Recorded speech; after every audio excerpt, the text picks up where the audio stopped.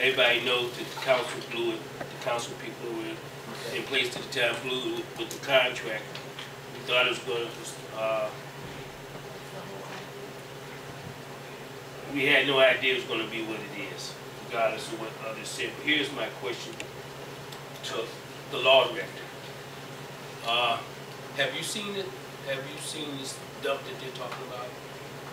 You mean the ARCO facility? Yes. Oh, absolutely. What legally can we do to resolve the situation or reach some type of solution? That's my question. Well, the execution of the law is implemented by the respective regulatory agencies that have been cited already. And if those agencies don't find any fault, then the law has been complied with. Now, what about Joey Graham's strategy of nuisance abatement? What if they were found to be a nuisance? What are the legal ramifications of that, Ms. Hemmings? Then the judge, who is very good at creating mediation mechanisms, as well as the accused and the offender, as well as the people who are victims, would work out and a plan for abatement, and it will be monitored by, if it's under the auspices of this court, by this court. If it's under the auspices of state court or county court, then it would be monitored by that other court. Now, if the charter describes what a nuisance is, because in chapter 13 it goes A through E, and E is what I highlighted to the Director of Community Development, that there can't be any entity within the city that creates any kind of blight, that causes, any financial harm. There's other businesses around, things of that nature. So if it defines a nuisance in the charter, and there are steps to try and determine if it does in fact exist, what else needs to be done to prompt this determination for a nuisance outside of what's outlined in the charter? Well, the affected residents could participate in a mediation whereby a plan or program would be developed, which would, within the context of the law, address their concerns. And it could be monitored by the court.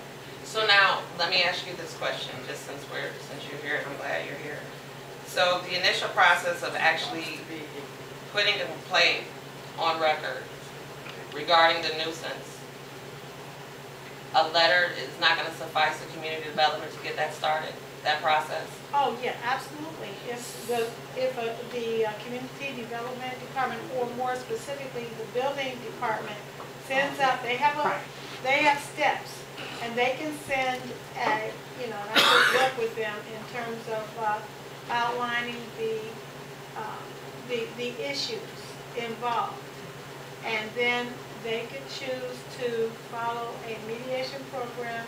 Each of the neighbors could be, or residents could be invited to that particular meeting, and it would be probably an ongoing meeting whereby the concerns could be addressed, the issues could be addressed, and the individual who is the perpetrator would be held accountable regularly. Also, the health department, the EPA, the other monitoring agencies could be part of that mediation, and it could be ongoing.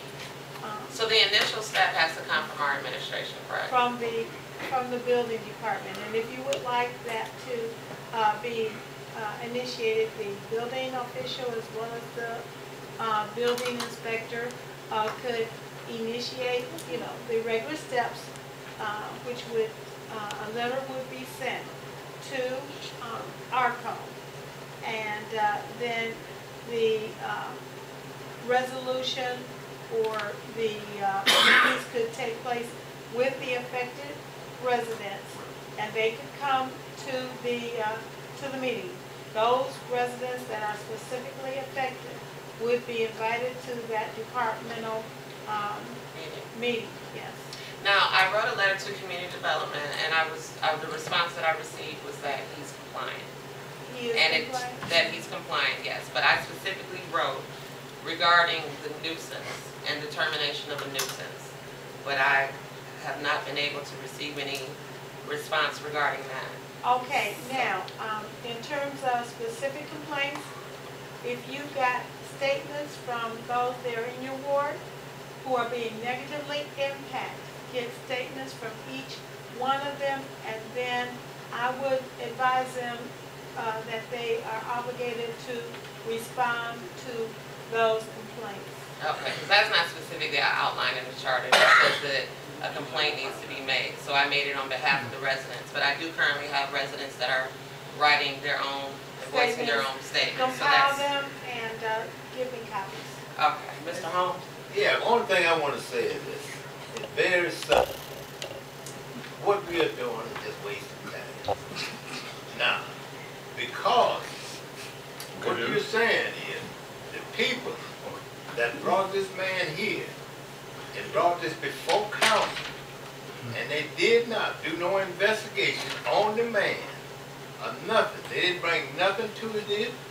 They didn't specify what they wanted in the contract. So all that is void. The man have a concrete floor that he's putting this stuff on. If it had been in the ground, it would have been a different story. See, there's a lot of things that you got to say it 1,000 times is completely legal. And whatever you're going to do, the only thing they can do is sue the city for letting them do it. And what lawyer gonna take it because they ain't gonna get no money from the city? See? Now, if they had did their due diligence up front, that's just like shooting a man and cutting his head off, and then you tell him that if he had investigated and found out he had his head still on, but it's too late. It's too late. So y'all, I mean, this is too late. This is just a waste of time. It's not. Well, I don't feel it's a waste of time because, I mean, you're perfectly, it's okay with your opinion, but a lot of people want this addressed, and so we have to address it. Okay. Now, if it wasn't being addressed, then there would be a problem with that. You can address from now on. Exactly, but we're gonna try and address it and try and remedy the whole, you know. If we can lessen the blight and see what we ain't can gonna do it. Well, because the man is working right on the other side of the railroad track. That's his thing over there too. that's right. He's working right over there right now. That's right. Okay. I mean, there's a lot of things that the city gave this away Authority. to keep the city under their control to meet payroll. When that man offered them that money, they took the money. And it's too late. Still taking it. They're still taking. That's all. It's just too late. So y'all. So your suggestion is don't do anything. Is What that can what you you're do? saying? Okay. Well, does anyone else, Miss Gowdy? Yeah, I know for a fact that it need to be addressed and something do need to be done. We still got people over there living in that residence up under that dump. It's a dump, but like I said, the man came in and deceived them all. But since he deceived you, you need to go back and say, listen, y'all done did this in the wrong way, you know, and even though downtown says applied, that ain't got nothing to do with the people. The residents is getting sick. It's airborne. They getting, and they, like we said, Martin had wrote a letter. He did not apply to the letter. He wrote a letter.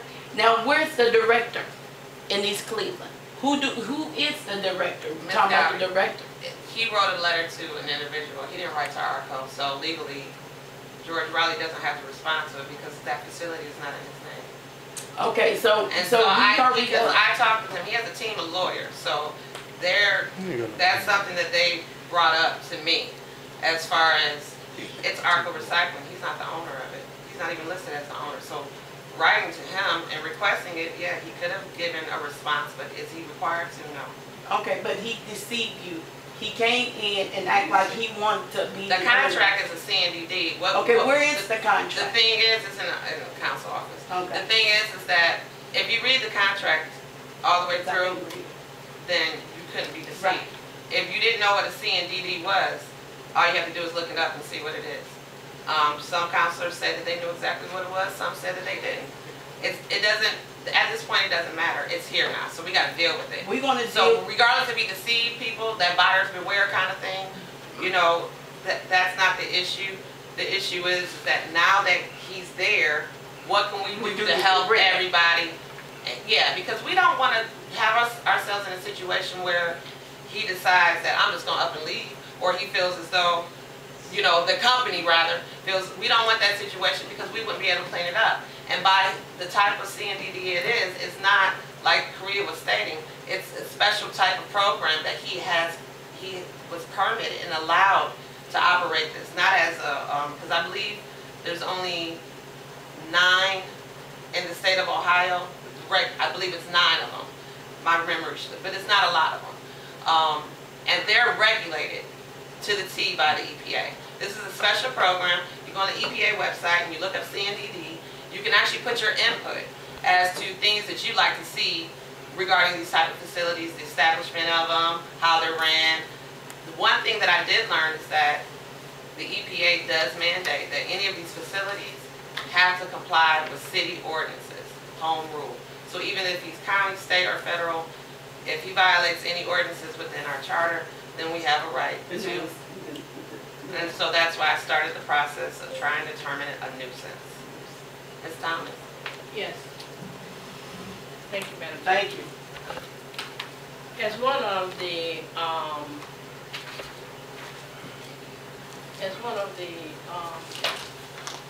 council members that was here and involved, I don't think that it's just one that is missing, and that's Mansell Baker. When this came to my attention, because the neighbors, residents over there could not get any response from the administration's office. So when this came to my attention, which I'm down in Ward 2, I immediately went over there because I knew Mr. Morrow from long ago and I knew his brother. So he explained the situation to me and told me that the mayor, he had been trying to get in touch with him, and the mayor had said that he would contact him at a later date. But that didn't transpire. So what I did immediately, I began to call all the counselors. I called the counselors, we had a meeting, and the gentleman, heavyset gentleman, that now supposed to be working for Mr. Drummond. Who? Mr. Drummond. Yeah, Mr. Drummer. Drummond. His backyard is in facing that facility. We had the meeting there at that area.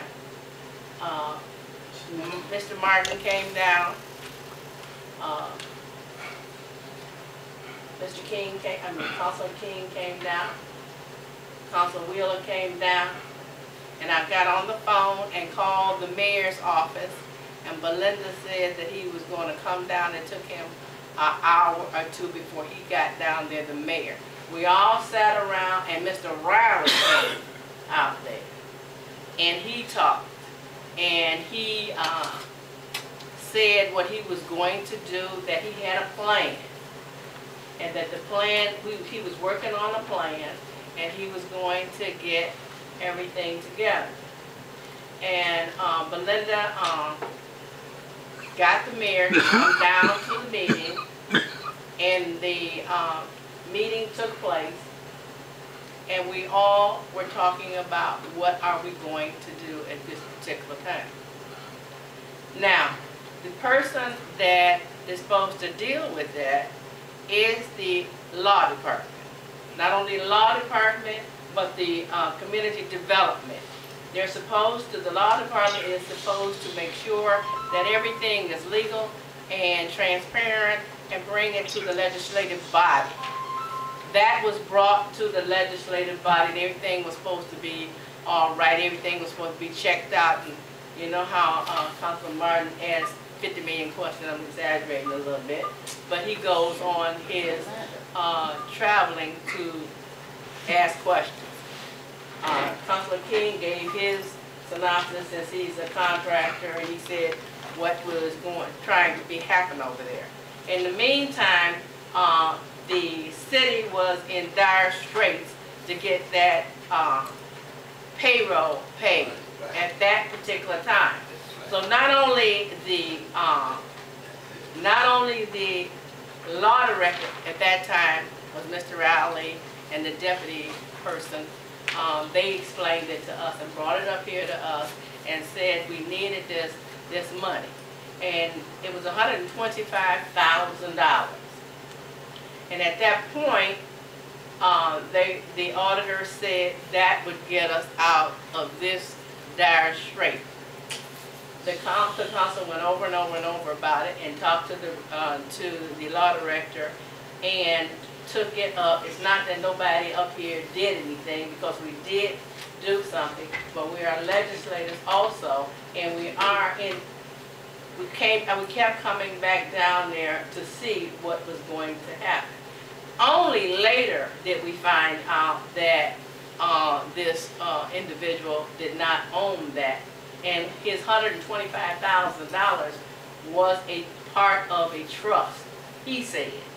But anyway, by the time we got the money, we got it in parts. And I kept coming and asking, where's our money? We were supposed to get it up front. But we didn't get it up front. And regardless of what anyone would say, we went to the community development, who was supposed to check out all the land and everything that goes with it, the appraisals, where it comes from, and do all the background, and then bring it to the mayor, and they talk about it in their morning, whatever they have on a Monday, and see what is going on. They did that, and they come back, and if you look at the legislation is recommended by the mayor to the council. And when the council gets this, and they're in a dire strait, and they did everything that they could do, as you know in the past, that was it. And it's not nobody didn't do anything, nobody didn't do a nuisance. We started with a nuisance. A nuisance basically is if everything is falling all over and somebody is steady complaining out here in the street. I don't see nobody walking up and down these streets picketing and saying all the things that need to be done to have this done. And if he's in compliance now, yes, it's going to be hard to do something about it. He told us he's going to put something around there. But what can you put around there when the stuff is airborne? You can put a fence around something and it still goes up. I'm not taking responsibility. I am taking responsibility because I was not negligent in this case. I have superiors that comes to us and bring us this information, just like they did when they got Mr. whatever his name to do the appraisals and look at the land for whatever it needs to be done so that we can look at it. Now, those are the kind of things that took place, Madam Chair, and I'm saying that we had two contractors, Councilor King and Councilor Wheeler. It's a shame. Chair. And nobody agreed. That's a shame. There's something that we can still do properly. But first and foremost, let's get it out on the table. There's no asbestos over there. That's why I asked you to repeat it, because the moment there's asbestos, I don't believe there's nobody on this council would hesitate to shut them down immediately. So there's no asbestos there. The report is being made. But, you know, we had folks coming in here talking about people are dying and they had gas masks on their faces and everything. Excuse me. They getting sick. And sick and dying. I mean, you just justify it. You just justify it. Everybody, this is an open discussion, but let's respect each other. But even if someone is sick, bring us the information that they have from the doctor's report or whatever, so we can have a case to close it down. That's all I'm trying to say. That's one. Second is, if we work with him, we can probably get him to cooperate and get a bond, a performance bond. Make sure that if he moves out tomorrow, we got $1 million in a bond that we can go and clean the site up so we don't get left with all that trash. And that's something we negotiated. If you could quit, take him to. Ma'am, I can't talk with you talking. Jesus. It's so funny. Anyway, that's fine, but she's got the answer. Yeah, should have been done did that from the beginning. Ms. Gowdy, please, so let's just not, we don't have to make it personal or anything like that. It's We don't personal have to when be it comes upset. down We to just trying to work out the issues. I want to hear what we can. Can I say one more thing? Yes, ma'am. As far as the people that were getting sick, no, I have not heard anybody say that anyone was dying. Let's please not try to exaggerate facts. People did not say they were dying. There are people over there that are genuinely sick. Okay? They're sick. Let's just put it like that.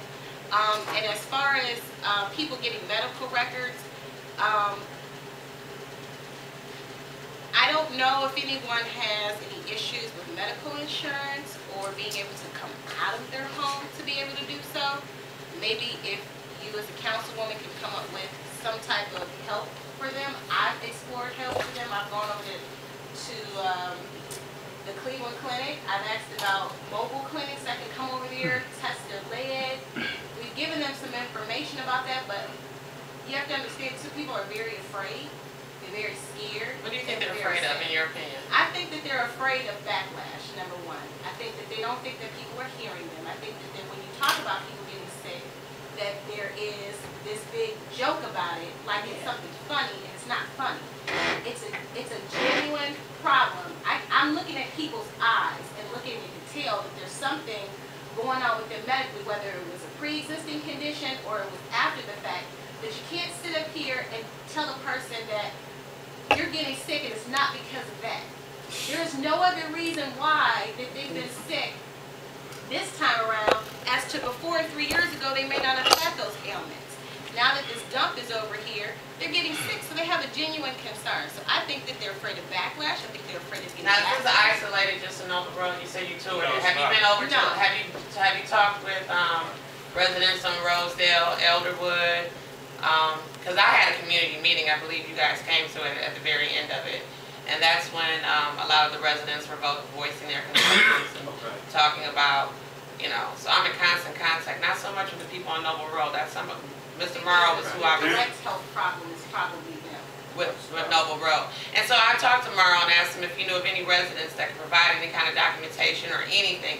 For instance, you yourself, Mr. Struthers, you said you had asbestos poisoning about 2 or 3 weeks ago. If you could provide us something that documents this asbestos poisoning, then we can start building a case in that direction.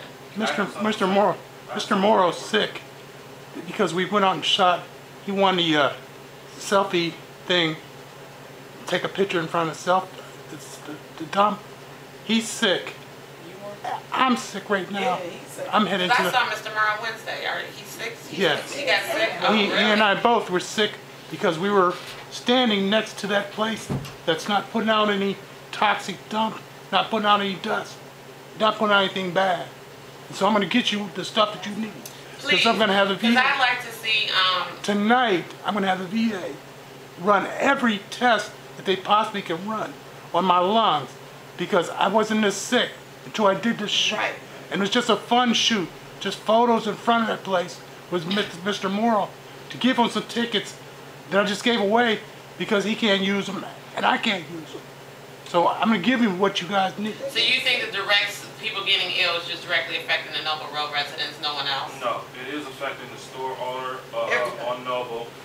I was in the store asking him about his staff. He says, yes, one of the workers there has stopped smoking. And he said, I have never smoked. And all of a sudden now I'm having a problem in the store. He said, it's not the air quality inside the store. It's got to be something that's drafting in. Yeah. You have the residents that are in Helen S. Brown Center that used to sit outside every day. Now they're not coming outside anymore. So it is a problem. It is, and I have talked to several Me owners too. in that area. Yes, it is a problem. They're having health problems. And the reason that the store owner says that he's not coming for, because he's scared that they're gonna close him down. Oh, wow. He's scared they're gonna close him down. That's why he said, no, I won't come up there, I won't say anything. Yes, it's a problem. They're scared. They're scared. They are. And the lady in the two-family house right next door to the Dunn, is her son and her is getting sick. So, I'm going to see if they can just give us some documentation, because something really do need to be done. And if it's summertime coming, you know, it's really gonna be really bad with the rain, the storm, and everything else with summertime. Because it is 80 feet from their yard. It's being pushed into their backyard. And as council, y'all should have enough power to override that. There.